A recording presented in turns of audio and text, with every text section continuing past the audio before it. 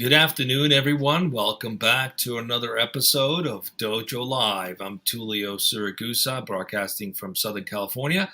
Joining me today are Kim Lantis in Hermosillo, Mexico, and Carlos Ponce in Cuernavaca, Mexico. Hi, guys. Welcome back. Pleasure to be here. Today is Wednesday, November 17th, 2021. We're almost at the end of the month again. It seems like time is always flying. And we have a guest, as usual, today. We have Jeremy Almond, who's the co-founder and CEO at Paystand. Good to have you with us, Jeremy. We're looking forward to speaking with you. What's up, guys? Nice to meet you, team. Yeah, Jeremy. All right. Likewise. So we're going to be talking about payments, and we're going to be talking about blockchain today. But before we get into the topic and introduce the topic, let's get to know our guest a little bit. Jeremy, if you could be so kind to introduce yourself, tell us a little bit about yourself, and then we'll find out what your company's all about right after that. Thank you. Yeah. Stoked to be here. Stoked to chat with the audience. So my name is Jeremy Almond. I've been, we're going to talk about tech. I've been in tech for 20 years. I got started in a startup in the late 90s and got to see a crazy run of what that looked like in the very, very first maybe tech bubble. I've been doing it ever since, been super just enjoying how tech can kind of change the world and change society. And so that's one of my great loves. But beyond that, we're all fully formed humans, right? So I love to surf. My primary residence is in Santa Cruz, California, which is this beautiful beach town in the Bay Area near Silicon Valley. And I love to sail. I've had some really fun, amazing trips doing that. And all of life to me is just a great blessing. I did not expect I'd be in tech. Neither one of my parents went to college. And so for me, this is just kind of all a magic journey where my mother originally came from Mexico, their family before I was born, and then married a blue collar, bricklayer. And I figured my life was going to be in a very, very different world. And so by just the luck and divine providence, here we are talking about building companies and changing society, which is going to be a fun conversation. Excellent. It's great to have you here. Love Santa Cruz. Used to visit there quite regularly when I lived in San Jose. So nice to have you with us. All right, let's talk about your company, Paystand. What gave birth to this idea, and what is it that you guys do? Yeah. So I think all around us, right, like as we're experiencing society, that the way we deal with money has basically changed, right? Money has become software. Right. So when we walk out of Uber, right, money just kind of magically moves back and forth between people. Right. You used to change hands with a taxi driver. And now instead, money just kind of magically moves around. Right. And so and all through life, kind of this is happening. And so our company, Paystand, is dealing with that on the B2B and commercial side. So we are a B2B payment network. You can imagine a company like what Venmo or maybe PayPal does with consumers, making that money experience kind of modern and digital. We do for complicated commercial transactions. So large companies that move money back and forth today, which are done on paper checks or wires or ACH, which were all built before the internet. We help modernize that process. And then for companies, create radically better economics through something we call payments as a service, which completely changes how their business and ultimately the economy runs. Nice. Okay, let's see what we can learn and unpack today. It's very curious to see what kind of markets you're serving with that. So let's introduce the topic. Kim, please take it away. Sure. Thank you, Tulio. Thank you, Jeremy, for joining us, and Carlos, as always. So,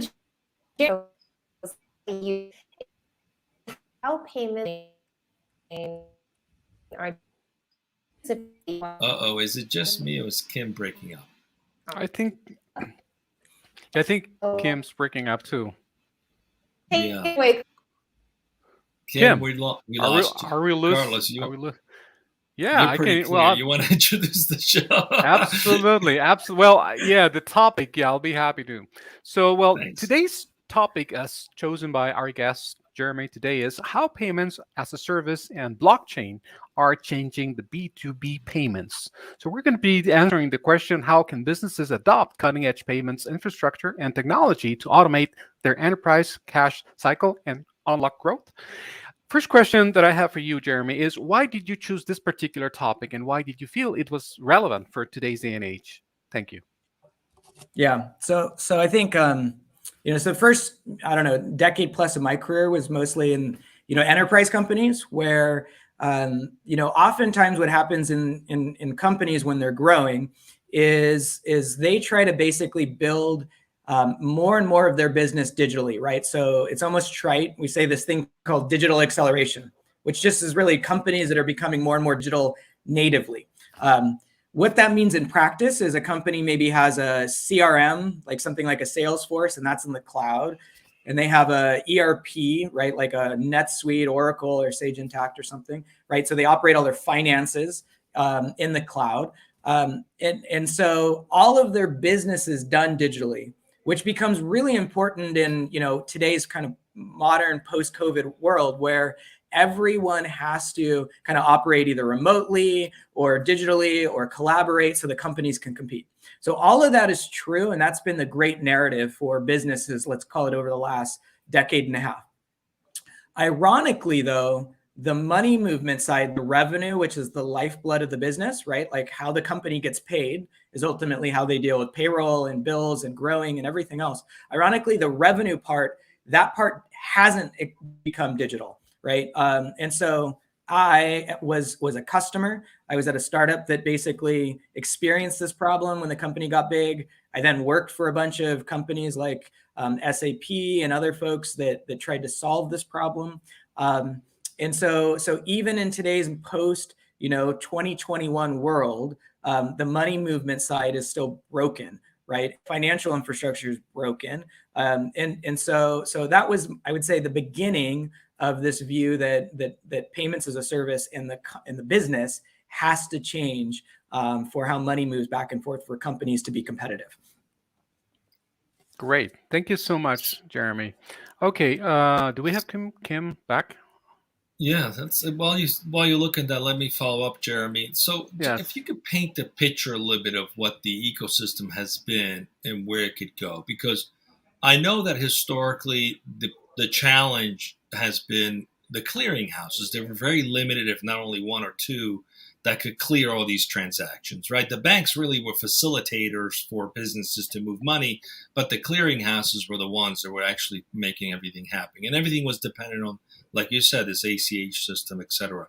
So by introducing this, how does that change? Does it go around the clearinghouses, and how? What's the thought process on how this disrupts that traditional ecosystem that doesn't serve today's businesses any longer? Yeah, totally. So it's a really, really astute point, is the financial infrastructure just overall hasn't caught up to the internet, which is wild. And so in today's day and age, even in the US, modern financial infrastructure, you would think, except for on the commercial side, half of all commercial payments, and so we're talking roughly $18 trillion in volume, massive part of the economy, actually is done through paper checks. And then the rest, like you say, are old clearinghouses that were built before the internet. And the problem is that means that the banks and other folks are kind of the choke point, and the banks aren't technology companies. And in a way, this is actually the great reason why I started the company. So oftentimes, like, entrepreneurs will start a company first for professional reasons. They sort of know the space, and that was a big part of it. But the other big part for me was I probably wouldn't have started it if it wasn't for a personal reason too. And the personal reason for me was over a decade ago now. I mentioned my parents' kind of socioeconomic situation growing up. They did what a lot of, I think, Americans would do, especially, when one side is an immigrant family. They really have two main goals in life, I think. The first one is, to see your child do a little better, right? Like maybe to go to college, maybe to have a slightly better, work life than you did. And so that was a lucky thing for me. And then the second thing is oftentimes, at least in America, is to buy your own home, right? Like, so you spend all your time, energy, and effort to do that. And My parents did that. They spent like 20 years kind of working in construction, bricklaying, that sort of thing. And they finally bought this 800 square foot home. And then with that 800 square foot home, they lived in it for another decade. I went off, I was in tech, and things were kind of good. And but in 2008, my family was one of the many millions of Americans through a bunch of just like bad happenstance who lost their home in the financial crisis. And they were just like one small story of a story that reverberated through the US. And I don't know if you remember that time, but during the financial crisis, there was like this kind of great unrest and this feeling that, the financial system had let us down. Banks could do better, right? And the system was kind of broken or unfair.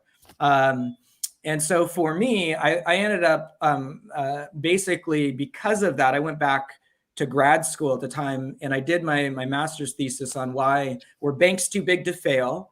What were the systemic problems with the financial system that caused unfairness in the system? And how could technology be a democratizing force to those systems? And so the outcome of that was this view that technology has been a democratizing force for so much of the rest of culture, society, our economy, and ultimately the world. But actually, it hadn't touched financial services that much. And so I think the great change that's happening over the recent decade, which is what Fintech is and blockchain is and payments and services, is allowing technology to create fairer, better financial infrastructure than has existed in the last 20 plus years. Jeremy, I got a question. We're discussing financial technology in the financial space, right, or fintech. So if I ask you from, let's call it the layman's perspective, someone who's not 100% knowledgeable on the deep-ended tech components of the space, you mentioned something that kind of intrigued me, and I would like you to help me clarify. You mentioned that banks, for example, are not digital. So what did you mean by that? I mean, not completely digital. They haven't gone completely digital, and so I'm kind of intrigued because whenever I do my banking, everything's digital. Like, so from the app or the website or anything, the wires, everything I do is digital. So can you explain or clarify that element, that part? What did you mean by not everything is digital? Yeah, it's a good question. So I think there's a few areas. The companies themselves oftentimes aren't digital, meaning they literally, like in post-COVID, we heard all these scenarios where customers of ours, before they were customers, they would be able to work remotely digitally, but then they would actually literally go into the office to be able to collect checks, to manually like key them in and actually like reconcile their banks and all these things. So the companies, the corporates still have a long way to go. And that's one side. But the other side, which is the actual bank infrastructure, you'd be surprised. Fintech seems like everything is like next gen, but here's the reality. So I've got my latte. It's my, I don't know, my one vice in life, paying for a $5 cup of coffee. And, the fascinating thing about how the credit card companies work is, so when I went in, to your point, and I bought my coffee, I actually like used my mobile phone and I like wanded it, right? And it like magically like debited my $5 from my bank account. Like the experience felt really, really cool. But here's what's actually happening behind the scenes. So the coffee company, the coffee shop, they were charged about 3%. Okay, that's the kind of average fee in the US to be able to collect that money. So if I handed them $100 or $5 in this case, and it was cash, they'd receive cash. But in the case of it, when it went through the banking system and the credit card networks, they actually didn't receive the full $5. They received, 97% of that, right? So in this case, basically the banks took 30 cents, which is probably fair. It's reasonable. And they took 30 cents. Why? Well, to your question, because the banks don't actually know instantly. They don't talk to each other. and know how much money does Jeremy have in his bank account. Is Jeremy a safe person? Is Jeremy not, a person who actually doesn't have $5 in his account? They don't know any of that. So the reason why they charge 3% is they're extending credit risk, and that's why they charge that to the merchant. Okay. And so that's why the whole credit card industry is built that way. So here's the two problems. One, actually in today's day and age, the money you and I have actually could be known in real time. And that's kind of the power of blockchain and some other things. And so maybe that 3%'s not fair at the consumer level. I don't know. Our company's not a consumer company. But it's an argument. On the business to business side, it's actually a much deeper problem, which is the business is the reason why so many of them stay in paper checks in this manual process is because they can't move to that credit card kind of view that a consumer can. Because when a business sends a $100,000 invoice with a company they've worked with for a decade, you're not going to pay 3% on that $100,000 invoice to receive your money. Like that would be like insane. I'm going to give the bank $3,000 for a company that I worked with for a decade that has, I don't know, $1 billion on their balance sheet. Like that's just insane. And so the problem is the old financial infrastructure actually doesn't work for those commercial payments. And so there's nothing for it to go to. And so that was kind of the reason why Paystand was created, was to solve that problem. And so we allow money to move back and forth instantly for free, kind of like Netflix. So you pay $10 a month in Netflix and you get instant everything, all unlimited, because why? The media is software. And so what we say is money is now software. And so it should be able to move instantly and automatically and without those fees, which the banks charge. Great. Thank you so much, Jeremy. Okay. Back to you guys. Very interesting. You were telling the story about how in the background there's all this manual work that the banks do. And I was remembering a software company that was creating vaporware initially and pitching it. And in the background, someone was listening and clicking the next screen when it's, to make it look like it was actual software. I actually was in an organization that did that. And then eventually, obviously, they created a product and became a market leading product. But it's just an interesting thing what companies do to try to look digital. But so blockchain, is that what makes this whole possible? Because of the way blockchain handles transparency and records and things of that sort. Is that why this is possible? Because otherwise, like you said, every transaction is like you're factoring the invoice, every transaction, which is ridiculous. So what's the thought process? Is this only possible because of blockchain? Yeah. I think there's three main things that make that exist now that didn't exist a decade ago. So one is, in the business world, actually most of their financial and key company information is actually in the cloud. Okay. Meaning when I ask you maybe rudely, like, how much money do you have? The way you would maybe respond is you'd look at your bank account, right? When you ask a corporate officer at a company, the CFO or whatever, how much money does the company have? They actually do something different. They look at a report that gets run out of their cloud system somewhere. So money kind of exists in this thing called a balance sheet, right? Like it's not like a bank thing. It's actually a company's balance sheet and the receivables and payables, what's owed and paid.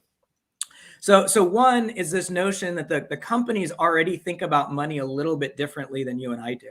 And so if those exist in technology systems, wouldn't it be cool if they talk to each other? Two, the fact that there's now real-time banking that could, in theory, talk to each other. So there's financial infrastructure now with fintech companies that can talk to each other in real time. Like that didn't exist together. And then three, your point about blockchain. There's a lot of like misconception on what blockchain is. A lot of people think about it as crypto or other things, and it can be that, but it's also something more fundamental, which is technology infrastructure that can stitch the financial systems together in real time without having to go through an intermediary. And so because those companies have that information sitting in those systems somewhere, boy, doesn't it seem to make sense that they could just talk together instantly, the way you and I can send money back and forth over, Venmo or something like that? And so that's what the blockchain enables, right? Is a new financial infrastructure that's digital and internet first. And if you have that, well, then you can think of money as software, and you can move it fast and cheap and automatically, which is kind of, I think all of what we are starting to experience on the consumer side, but do not experience on the business side yet. Thanks. So first of all, can you hear me now? Now a Verizon commercial. We're going to be going back to old times here. Perfect. So my question is, what is the real life implication? Let's say, Jeremy, all of this wish list, this technology that you have lined up, systems talking to one another, we figure it out. What impact does that have, both for businesses and ultimately the consumer? What's the benefit of all of this? I think the benefit in general of technology is it should be, creating better, cheaper, more efficient systems so we can grow our economy, right? And help the companies actually hire more and do more, and ultimately create more value in our society. And hopefully it's being more fair too, right? To make that more practical though, let me give you an example. So what did Uber you think of as a transportation company, but it's in many ways like actually a weird payment company. And what I mean by that is Uber democratized access, right, where there was a gatekeeper, in this case, the taxi company. But then also the experience was a very manual experience, meaning I had to call the taxi company, I then get to the place, and then I would exchange money manually, and then that driver would take it back to the taxi company, right? Like there was lots of slow points in that process, which made it expensive and only in the power of a few, and ultimately not great for the user. So what does Uber do? It makes it so I can instantly get to the place I'm supposed to go with anyone, right? Democratizes that. That person then automatically gets the money the moment I walk out of the car, right? And then they get the larger percentage. So what does that mean for a company like us?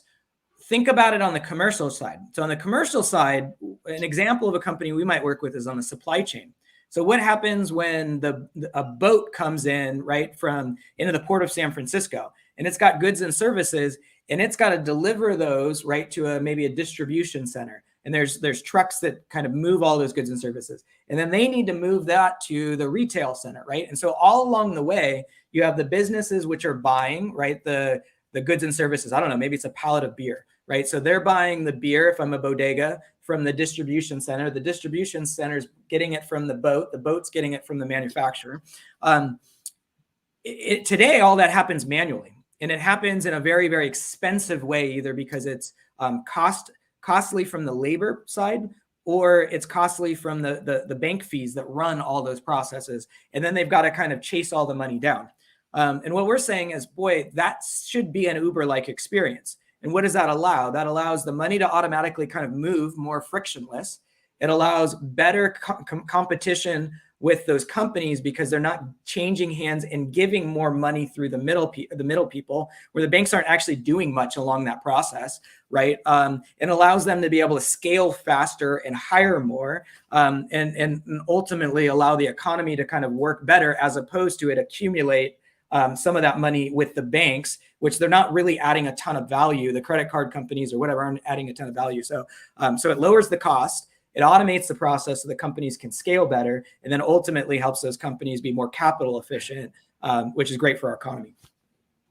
Jeremy, if I have a company and I have an interest in, let's say, factoring, for example, selling my accounts receivable, is there any chance that payments as a service can benefit me?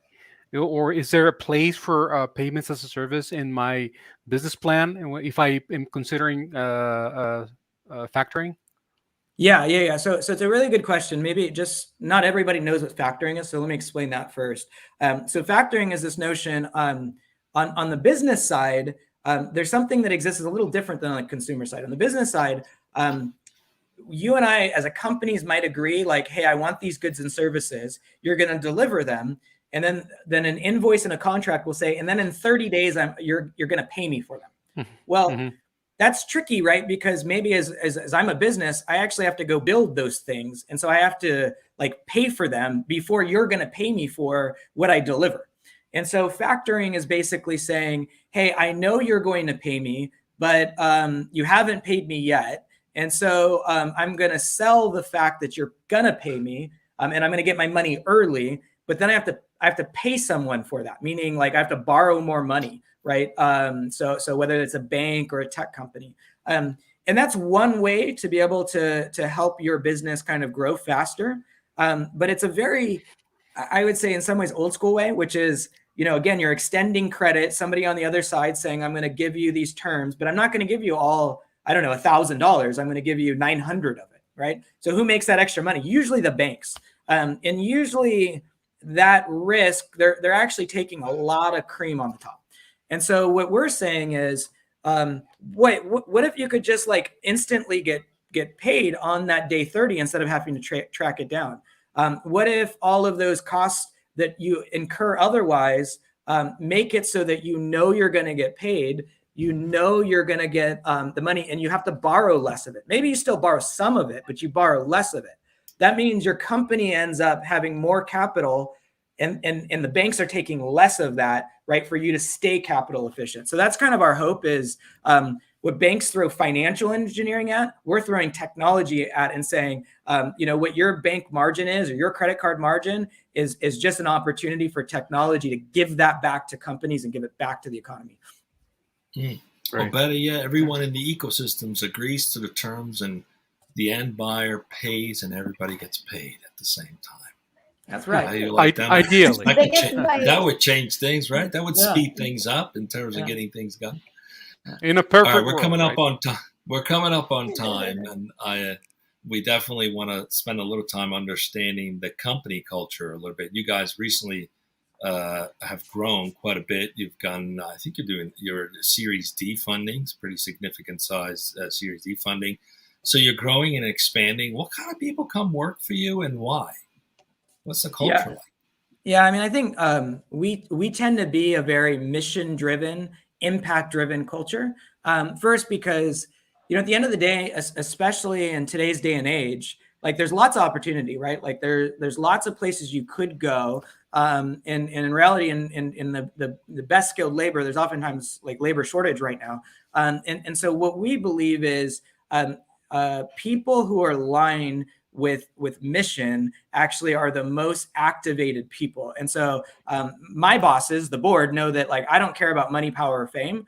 What I care about is going and changing a broken financial infrastructure. And so I will do that for free. I will just go get coffee and take out the trash because what I hope we're doing is bigger than just ourselves. And that's democratizing the financial system. And so first and foremost, like people who work here tend to be very mission driven and very impact driven. And then we kind of look, we're a company that has locations all over the world at this point. And oftentimes what we find is what's been cool is even though our maybe let's call it first center of location is in Silicon Valley, we kind of think about decentralizing Silicon Valley where whether it's our offices in Mexico or offices in the Midwest or people kind of all through those locations, we want people who are swinging really big because it's really great for a technology company to have this big vision and great like kind of missional Kool-Aid. But at the end of the day, like results matter. And so what we've kind of just been quietly doing is going, it's one thing to talk about blockchain. It's one thing to talk about fintech. It's one thing to talk about sort of democratizing financial services, but prove it, right? And so, I think we've been, we're the third fastest growing company in Silicon Valley, which is arguably the fastest growing companies in the world. We've been on the Inc. 500 list the last 2 years running. And I think we're probably the largest commercial blockchain, right? Like on the planet right now in terms of overall volume. We're doing many, many billions of dollars. And so we're able to do that because a lot of the culture is not just missional driven, but impact driven. People who really want to swing big and go, there's something bigger than what we're doing. And so we're going to run through walls and change the world to do so. Awesome. Jeremy, it's been a pleasure to have you as our guest. We wish you a lot of success. It's really great to see such an amazing disruption. I was in fintech for many, many years and in the traditional world. And so this is like such a huge leap forward in terms of what you guys are doing. Anyone who's been in the space understands that. So congratulations. Stay with us in just a minute as we go off the air for wrap up. Carlos, we got one more show tomorrow. What do we got coming up? That is correct, Julio. We have Rohin Parker, the co-founder and CEO of Spindly. The topic is going to be wireless mesh, the future of building automation. That's what we're going to have right here on Dojo Live as usual at 12 p.m. Pacific. So remember, everybody, the audience, don't miss it. Join us tomorrow.